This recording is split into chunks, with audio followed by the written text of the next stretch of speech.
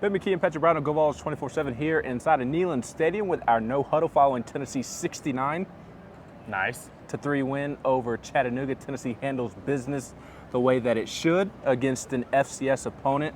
And obviously, I saw X and Twitter buzzing about the Nico Iamaleava show. Everybody looked good for the most part today, but certainly Nico was the headliner and got Tennessee fans rightfully excited with how he performed. Yeah, not perfect. That was suggested to Josh Heupel, and he was like, "That's not how I thought about it." And Nico, to his credit too, was like, "I got to finish the half better."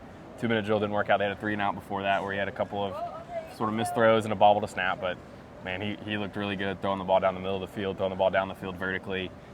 Hit Dante Thornton for a big play, then for a touchdown. Brew McCoy for a big play. He never looked rushed or flustered. He was always in control and took what was there when he needed to. I like a couple of plays where he kind of looked around and then hit the check down to a running back for a positive play. He was able to scramble and extend plays a couple times. And yeah, his first game as a starter here, it's 718 yards.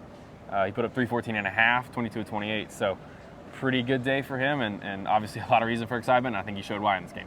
Yeah, that 314 yards in the first half. Didn't play in the second half. That Didn't need to. 314 yards, a new Tennessee record for most yards thrown in a half by a quarterback. And we will talk about the running game in a minute, but a lot of Tennessee's weapons looked really, really good today. Ethan Davis makes his first career touchdown catch out of the gates.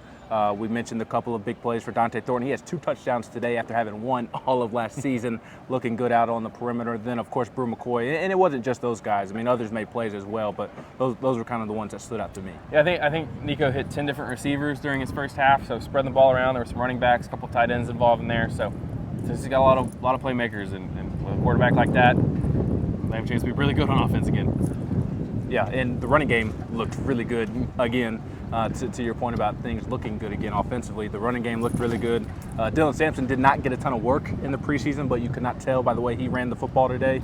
And then, of course, Cam Seldon and Deshaun Bishop with his first career touchdown.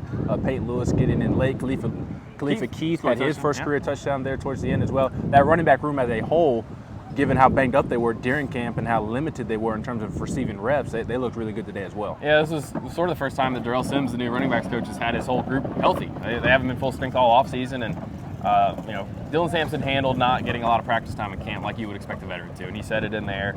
I didn't want to come out in this game and look like I wasn't ready, so he was intentional about how he found ways to get ready, and you saw him play like he had never missed a beat and didn't skip a beat out there, and he's very versatile, can catch the ball, can run outside the tackles in space, can run in between the tackles as well.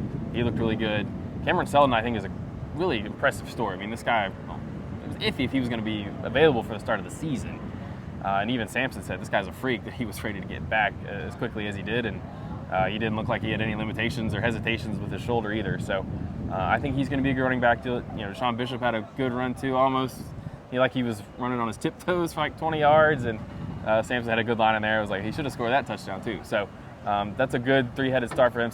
Bishop's had a great offseason, so they've got some depth there in the backfield, and they've got some guys, new cast of guys, but some guys that are really good fits for this offense that can be really productive running backs. Yeah, I hate to just now start talking about Tennessee's defense because they had just as good of a day, if not more of a perfect day. They did not allow a touchdown, even when Gaston Moore threw an interception, and Chattanooga got the football right behind us here and was set up to Great score hustle a touchdown. play by Nathan Leacock. Great hustle play, yeah, absolutely. Even Gaston Moore tracking the ball carrier down as well. But the defense, it was a lights-out performance, and as Josh Heupel said following the game, they dominated the line of scrimmage for the majority of the game, which is the expectation for this group, and that's why they had so much success that they did. Yeah, it was hard to pick a standout because they were just rotating so many guys in and out. I don't know who their leading tackler ended up being, but I would say if there was a standout, it's got to be Tyree West. Had a huge hit for the fumble on Chattanooga's first drive, had the big hit for the sack. The quarterback didn't see him coming. I think he had another pressure too, another tackle that he made.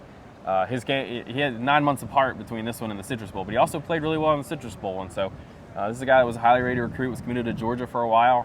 Now as a junior, he said he kind of, is trying to carry himself like a pro because he's surrounded by a lot of guys that do that. And if he can get consistent, that's another playmaker that Tennessee's got up front. And he was the guy that stood out today. But yeah, really, coverage was good in the back end, as Heupel said.